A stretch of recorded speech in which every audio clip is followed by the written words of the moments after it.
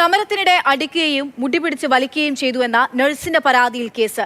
കണ്ണൂർ കൊയിലി ആശുപത്രി superintendent doctor ഗംഗാധരനെതിരെയാണ് case. C K Vijayan വിവരങ്ങളുമായി ചേരുന്നുണ്ട്. സി കെ, ഏത് സമരത്തിന്റെ ഭാഗമായിട്ട് ഇങ്ങനെ ദേഹോപദ്രവം ചെയ്തു എന്നുള്ളതാണ് പരാതി? എന്താണ്?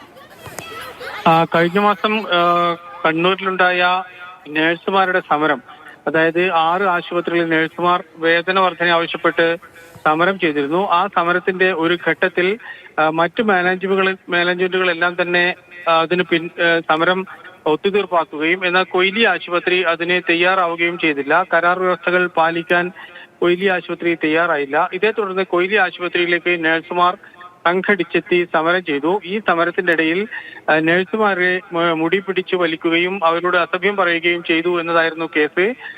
ആശുപത്രി സൂപ്രണ്ട് ഡോക്ടർ ഗംഗാധരനെതിരെയായിരുന്നു അന്ന് പരാതി ഉണ്ടായിരുന്നത്. ആ പരാതിയിലാണ് ഇപ്പോൾ കേസെടുത്തിട്ടുള്ളത്.